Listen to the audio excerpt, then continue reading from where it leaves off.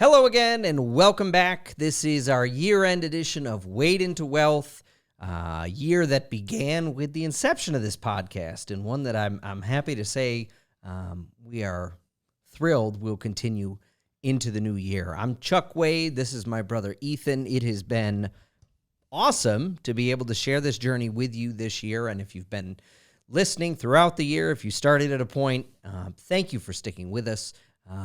I know I enjoy this. I think you do. Yeah, it's okay. Yeah. I'll give you the most improved podcaster award in this podcast.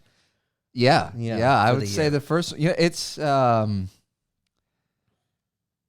idea of talking into a microphone. Mm-hmm. It's a lot harder than it would seem. Without carrying a conversation. I mean, carrying a conversation with you is hard enough as it is on its own. This is true. But speaking to a camera and into a microphone is it certainly poses more challenges unless you have more experience doing that. You got to get used to it. And, it was a nice challenge, and it still is a challenge for me to be able to do this and not having the broadcasting background that you do. Yes. Well, I was lucky in that regard. This feels more natural to me, but I have a decade or so worth of experience with it, so that helps. So as we get ready to march into 2022, we thought it would be a good idea to, one, revisit our first podcast from a year ago and the idea of goals. It's what a lot of people do. This is a great time of year to look at goals for the coming year, to look at what happened in the previous year, ways we can improve, ways we can be better versions of ourselves, be more productive, whatever it is, and thought this would be a good opportunity to look back on some of those ideas and concepts. In a way, look back, but in the same vein, look forward. Yeah. And when we talk about setting goals, I think it's really important to operate under the idea of what are called SMART goals, meaning specific, measurable, attainable, relevant, and there has to be a timeline associated with them. Because if your goals are vague and you don't set if you don't set time parameters on it, if you don't set specific measurable items, what happens is when you get into the new year, you get 2 weeks in, 3 weeks in, something comes up, you get busy, your priorities change, and all of a sudden the goals kind of get forgotten. Yeah. Unless you've been very specific about them. And it has to be focused. It can't just be this broad, overarching topic. If it's trying to lose weight, if it's trying to be in better financial shape, if it's trying to have a cleaner house, whatever your goal may be, it has to be specific and it has to be measurable in the fact that you have to be able to quantify it. Is it losing 10% of your weight? Is it working to put in 10 or 15% more into your 401k or in a savings account? Is it working to pay off a particular amount of debt? Make it measurable. Yeah, and put a time on it. And we just finished a few hours ago going over our own business plan and goals for the coming year. And one of the things that we had to stop and do is set some dates to revisit things that we discussed being important to us. Right. And said, well, okay, let's focus on it. But then let's set a date to come and revisit this so that we know that we actually do it. Because you know as well as I, we get busy. There are things that take a priority on a day-to-day basis, and sometimes some of these things that we have identified as being important to us get pushed aside, and we wanted to revisit it in 3 months, and it's 6 months, and we realized we never came back to that. Yep. So it's helpful in any way to do it, and there's a reason why so many people struggle with New Year's resolutions, or why such a large percentage of New Year's resolutions fail after a few weeks. Life happens. You get busy. You don't have a plan. And so that's what it's important to do with respect to anything. And this is a financial podcast for the most part. And so that's what we want to focus on this year. And I believe one of the biggest traps that is easy to fall into is not having the goal sometimes be attainable. Yes. Meaning it needs to be a challenge, but at the same time, it needs to be reasonable. And one thing that we do when we are building our business plans is that we have a 1-year plan, and we also have a 5-year plan with that. Because We would much rather have that 5-year plan happen tomorrow. Mm-hmm. But that's an unreasonable expectation. And if that was our goal, that what we hope to accomplish in 5 years, if we crunch that into just 1 year, we would set ourselves up for failure. Right. Yes. And when you automatically set yourself up for failure, that's just not a goal that you're going to achieve. You're not going to get momentum, and you're certainly not going to feel good about yourself. Whereas if you break down that larger goal, the much bigger picture, into this is what I need to do this year. This is what I need to do this month. This is what I need to do this week. This is what I need to do today. All of a sudden, that large goal, that big picture becomes attainable when you break it down into smaller chunks, and it's less overwhelming. Yeah. Let me provide an example with that, because you described that very well. And I had someone call in the other day, someone that was younger, wanted to get a handle on saving, feel like they were in better control financially of their situation, which everyone should be doing, and it's not the easiest thing. And she said, I asked her, are you contributing to your 401k? And she said, I'm not. And she said, I was doing $100 every paycheck, so $200 a month. But then someone told me I should be maxing my 401k out. And this is someone who is younger, has a good income, but to max out the 401k, which is almost $20,000 a year, it was too intimidating. She tried it and realized very quickly that it was almost $800 a paycheck that was going out of her account or out of her paycheck, and she couldn't handle it. It was too much. So she stopped, and now is not contributing anything to the 401k. And that was a classic example. And part of our conversation was, why don't you restart with that $100 a paycheck and see how that goes? Because it was too much. And then you stop. And then when do you restart? It's hard to break out of that inertia. No, you're not gonna. You won't. When you have that intimidating of an experience, which is a negative experience. Yeah. All of a sudden, it's a lot harder to go back and do it. It's like, when you fall off the horse and you get hurt, well, everyone says you got to get right back on. Yeah, well, you're not the one who just had a broken leg. Right. And going through that is a much bigger challenge that often gets overlooked, but that can impact then the future decisions years down the road that you end up making, which can sometimes put you behind, and all because of an intimidating, unrealistic goal. Yeah, very true. And that is something that I think is overlooked, or often we want to be sprinting before we have even started to jog. Right. And so we try to do what we think is best and end up really, really hurting ourselves because we tried to do too much. Reasonable goals.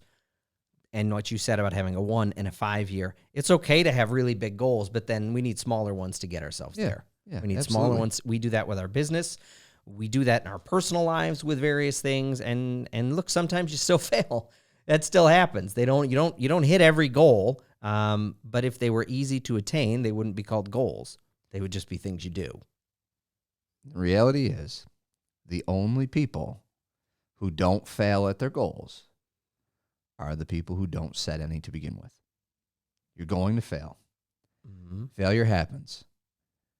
What defines an individual, a person or a couple, is how do you respond to that failure, and what adjustments and changes do you make so that you don't make the same mistake again. Yeah, and failure's okay. I think it gets a bad rap in a lot of cases. You have to fail. You have to fail. You have to fail.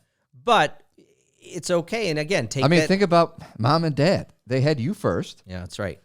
They failed and brought me back for second. That's true. Yeah. And then it was all perfect. Kidding aside, but I thought that was a good analogy for it. No, it is. And it's okay to have big goals. I have failed twice at my goal of running 100 miles in less than 30 hours. Yeah.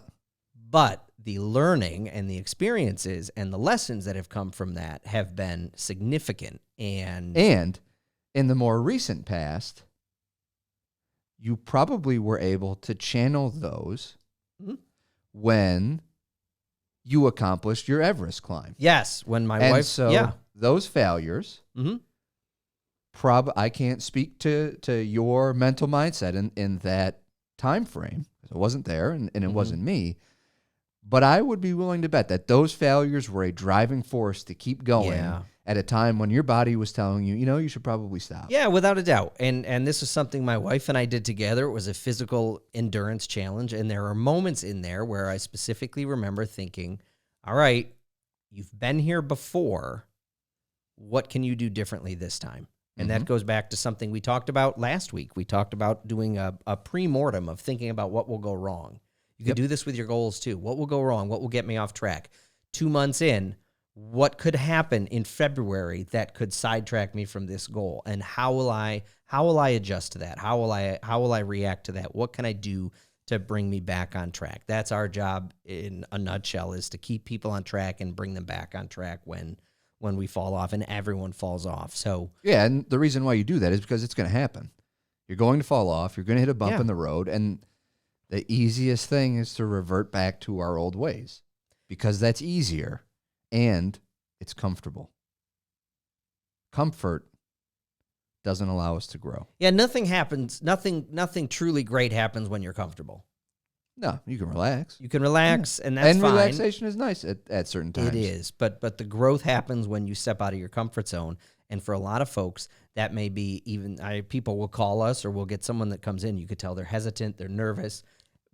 That's because that's the reason they should be here. Right. They're seeking help. Our job is part therapist, part accountability coach, and there's a few other parts in there as well. But I think of our role with something like this is to help keep people accountable. Yep. We have a vested interest in your success.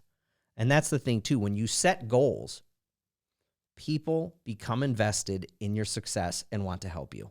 When they see, and I know I have that feeling, and you have that when someone comes in and says, I would like help with this task or goal. We want to see you succeed. Right. You want to see someone succeed. So those things become very important.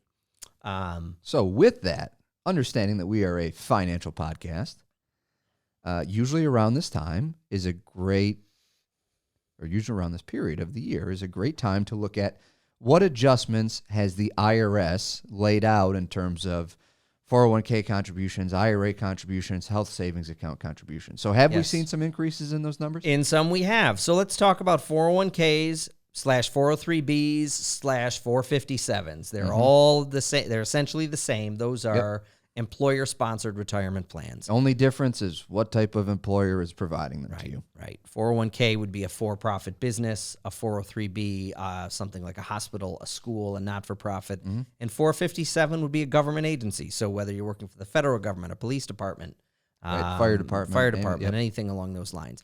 For 2022, if you are under the age of 50, you can put up to $20,500 in each year. So that's an extra $1,000. Yes. This year being 2021, the maximum amount under 50 was $19,500. That is correct. Extra $1,000. And you get an extra, I think you get an extra $1,000 if you are over 50. Yep. If you're over 50, if you're over 50, the new amount is $27,000. Right. It was, I think it was 26. 26,000. 26. Don't quote me on it. You get a bump up. Remember. So if you're over 50, you can go up to 27,000. If you're just looking at IRA, so a traditional IRA or a Roth IRA, under 50, $6,000 the limit. So those are unchanged. I think that's total crap, but that's for another day. Yeah. Over 50, $7,000 is the limit. We just have to make sure that your voice is heard when the IRS calls us to ask us what we think about their regulations. Yeah, I'm happy to tell them. Yep. I'm happy to tell them. For an HSA, health savings account, single, if you're single, not for a family, $3,650. If you are someone with a family, that number is $7,300. Each one went up by like $50, so not much of an increase there. And if you're over 50 as a family, I believe that's $8,300. Okay, so that you'll be able to have. Yep, extra catch up there as well. And so with every one of these, look, in an ideal world, we would all be contributing the maximum amount to our retirement accounts. We very rarely live in an ideal world. So maybe those numbers are a little intimidating. Here is something else that we can all do. Increase your 401k contribution by 1%. Mm-hmm. You could do that now. If you get done with this podcast, if you're still thinking, well, maybe I can't maximize it, go in. You can typically do it yourself. increase your contribution by 1%. What are the chances you would miss 1%? You will notice. You won't even notice it. You won't notice, which means you could probably do 2 as well. Well, while we're at it, why stop there? Right. But I think we can both attest to the fact that we have never had a client come in and say, I wish I didn't save that money. Nor have Usually it's the opposite. Right. Nor have we ever had someone come in and say, I really can't handle that 1%. Right. That 1% increase that we talked about is too much. Yep. You're not going to notice it. So, again, it's those goals, but do something that moves you in the right direction. Increase your contribution by 1%. If you do that over the next 5 years, you will have increased your contributions by 5%. You're giving yourself a raise. Good math. Owe it That's to good yourself. math there. Well, you love to say that because I'm not great at math That's in my right. head. That's right. I'm always double checking you. Which is why I have a calculator on my desk. Yep. Yeah. That's right. You can know the information or you can know where to find it. Both are equally important. Yep. That's Okay. right. So we've taken up enough of everyone's time here. We're encroaching on the 20-minute mark, which, again, as we have evolved this podcast, try to keep it a little shorter. I think that's better. Yeah, trying to get you Works useful for information in less time. And as we wrap up the year, it's important to say that we appreciate you. We appreciate you listening. We appreciate you watching on our YouTube channel. If you're looking for more, you can always click subscribe. But we look forward to 2022 with you and helping to take this journey to financial wellness together.